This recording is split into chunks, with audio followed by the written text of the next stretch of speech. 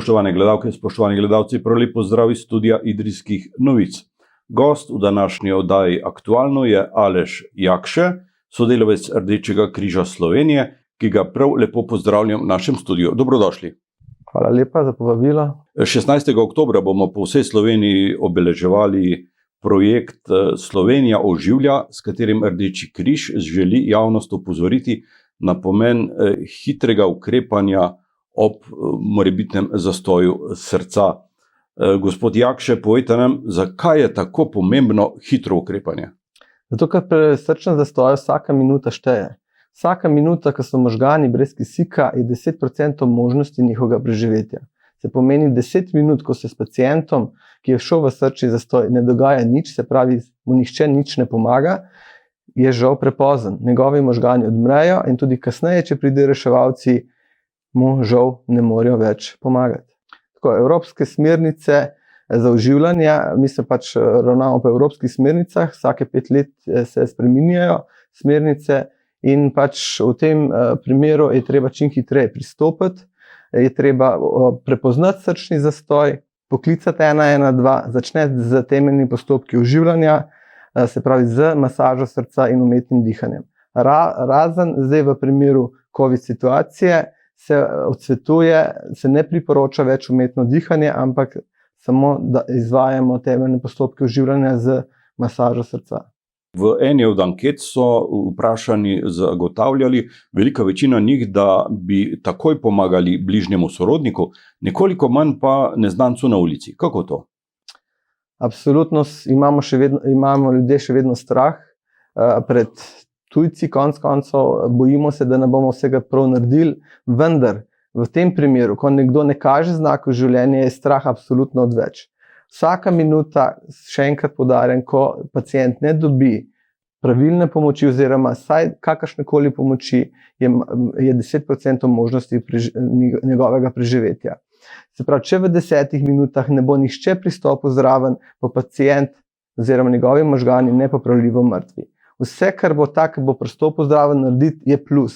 Minusa tukaj ni. Slabše kot mrtev ta pacient ne more biti. Nekateri tudi omenjajo strah pred tem, da bi se znašli v sodnih postopkih zaradi morebiti napačne pomoči.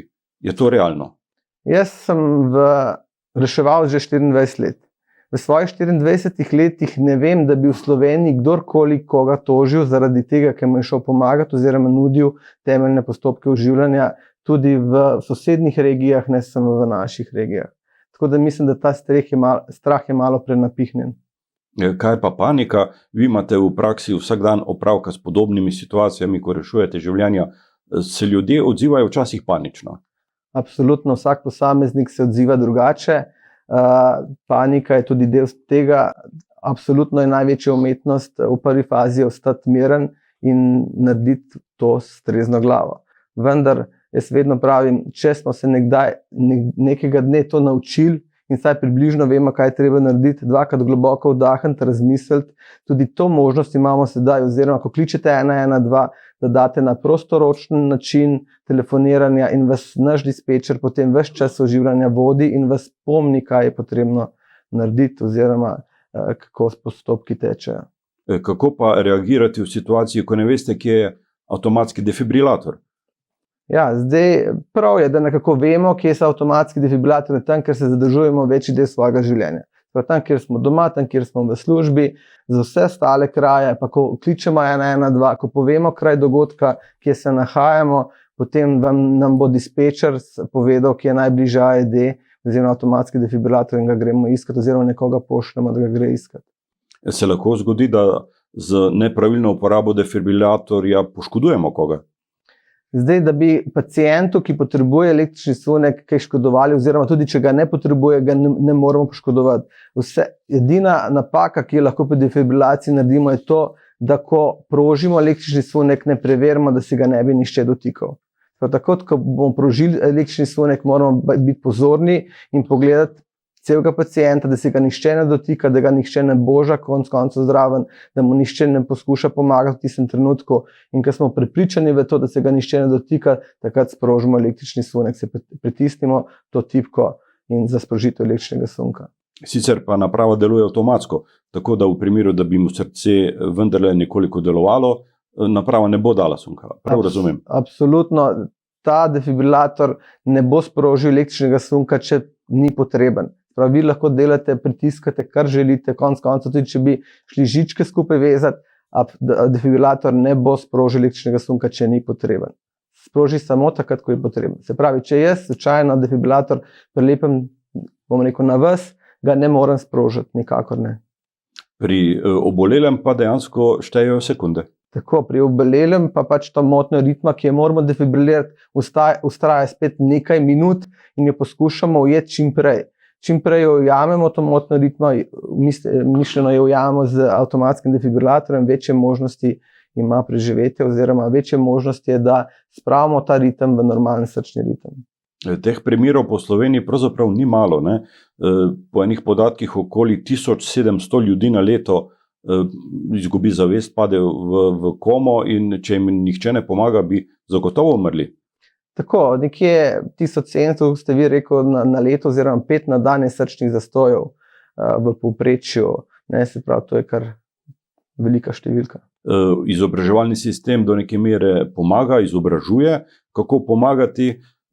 Sicer se občani zadnjič v praksi srečamo z načini pomoči, ko delamo vozniški izpit. Kasneje redki. Zakaj? Žal je trenutno res tako, kot ste rekel. Res je, da se mi zdaj tudi Rdeči križ se zelo trudi že v osnovnih šolah, da že osnovnošolce uči temeljne postopke oživljanja, še posebej v sklopu krožka Rdečega križa oziroma prve pomoči. Potem kasneje, se pravi, vsi gremo čez to, ko delamo vozniški izpit, potem vsi ostali pa redko naprej. Se pravi, mogoče v delovni organizaciji, če ste izbrani med tistih redko nekaj procentov, ki morajo obnoviti prvo pomoč za delovne organizacije, pa če kdo kaže interes, da gre v ekipo prve pomoči. Masaža srca mora biti tako odločna, rečemo, ne? 5 do 7 cm globoko je treba pritisniti na prsni koš, da se, bi rekel, rezultat šele pokaže. Ne? Tako, pri odraslih velja, da je treba globino masaže srca narediti vsaj 5 do 6 cm globok. Ne? Za vse ostale, se pravi otroke, dojenčke, je pa vsaj 1/3 globino prsnega koša. Se mora prsni koš udati, da dobimo tisti pravi efekt, da srce stisnemo in da srce pošlje kri po telesu. Več kot 10 minut ni smiselno vztrajati. Seveda je smiselno. Vztrajamo, dokler ne pride reševalci. Mi oživljamo, dokler ne pride reševalci, dokler pacient ne začne dihati oziroma dokler smo zmožni. Zato dokler smo zmožni, čim bolj podaljšamo, je zelo dobro, da se, če imamo koga zraven, da se zamenjamo vsake 2 minuti. Da se menjavamo med sabo in potem smo dlje zmožni to delati. S seboj v studio ste prinesli tudi nekaj tehničnih pripomočkov.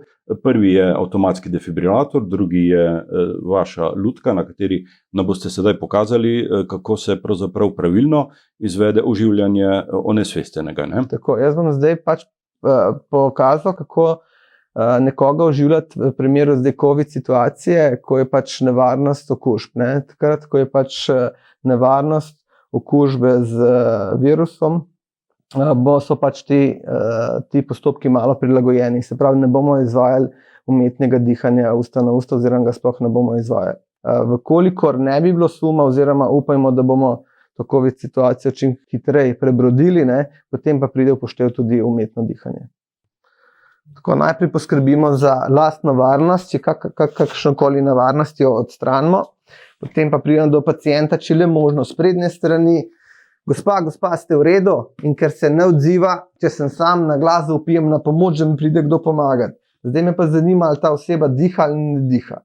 Zdaj lahko sprostim dihalno pot in v času COVID situacije ne dajem glave blizu, ampak samo gledam, če slučajno diha. Prav je, da mu še zaščitim dihalno pot z masko, da potem, ko bomo izvajali masaža srca, ne pride do večjega aerosola. In ugotovil sem, da ta pacient ne diha, pokličem 112 oziroma če imam nekoga, da on pokliče 112, nekdo drug kliče 112, če ne dam jaz telefon na prostoročno telefoniranje in se pogovarjam z dispečerjem, nekoga pošljem po avtomatski defibrilator in jaz začnem z temeljnim postopki oživljanja. Pacienta moramo sleči, poiščemo mesto masaže srca, ki je sredina prstnega koša na prsnici. Kako to najdemo? Poiščemo tole kostele gor, ker malo ven štrli je ključnica, dokler so še rebra, in na ta način poiščem sredino prstnega koša. Prsnica je tukaj na sredini in tukaj gor dam peto svoje dlani. Drugo roko gor, prste prekrižam, roke v komolcih stegnem in se nagnem pravokotno nad pacienta. In začnem z stiskom prstnega koša. 1 in 2 in 3 in 4 in 5 in 6 in 7 in 8 in 9 in 10. 11, 12, 13, 14, 15, 16, 17, 18, 19, 20. 21, 22 in tako nadaljujem, dokler ne pride defibrilator. Če nekdo prenese defibrilator, je prav, da ga on uporabi. Če ga pač ne zna uporabiti in ga jaz znam uporabiti, potem mi ga prenese zraven, si ga namestim nad glavo, kjer je najbolj primerno mesto za njega, ga vključim, v tem primeru ga odprem, zdaj si ga bom samo zaprl, da me ne moti, ker tudi on da govorne navodila. Vzamem ven elektrod, odprem elektrodih, jih vzamem ven iz ovoja, te elektrode so zaprte, zato da se ne izsušijo. Potem najprej odlepim eno elektrodo od podlage in jo nalepim na desno stran prstnega koša pod ključnico nad prstno bradavico. Na vsaki elektrodi je tudi sličica, kam je treba nalepiti. Odstranim drugo elektrodo od podlage in jo nalepim na levo stran prstnega koša pod pazduho, pod prstno mišico. Ko so elektrodi gor, aparat to zazna in nam reče: odmaknite se, analiza ritma. Kar boste zdaj tudi slišali, ta čas, dokler nam ta aparat tega ne reče, se pač še vedno delamo oživljanje, zdaj se pa pač odmaknemo. Aparati govorijo v slovenskem jeziku? Tako, vsi aparati zdaj, ki so pri nas, so v slovenskem jeziku, mogoče kakšen starejši še v angleškem. Tako, zdaj je aparat analiziral ritem, ugotovil, da ta pacient potrebuje električni sunek, tukaj je zagorela rdeča lučka in sedaj bomo sprožili električni sunek. Obvezno pregledamo, da se ga nihče ne dotika, da je pacient varen in stisnemo tipko. Zdaj se bo pacient malenkost premaknil, zato ker se vzburja tudi mišica. To ne pomeni, da je oživel, ampak mi gremo takoj spet nazaj na stisce prstnega koša. In spet nadaljujemo naslednji 2 minuti, dokler nam ta aparat ne reče spet analiza ritma. In ta aparat, ki mu rečemo avtomatski defibrilator, se ponavlja na vsake 2 minuti. Vsake 2 minuti dela analizo. Zdaj slišite tudi, ko nam daje ritem, koliko hitro je treba stiskati. Zdaj nam bo tudi rekel, da moramo dati upihe, vendar zaradi COVID situacije se pač teh upihov zdaj izognemo. In tako nadaljujemo, dokler nas nekdo ne zamenja, dokler ne pridejo reševalci oziroma dokler pacient ne začne dihati. In ko pridejo reševalci, ga prevzamejo, odpeljejo in mu poskušajo pomagati. Tako. Potem oni nadaljujejo z oživljanjem, kar je nikoli aparata ne ugašajo lajki, pa nikoli ne dajo elektrodor.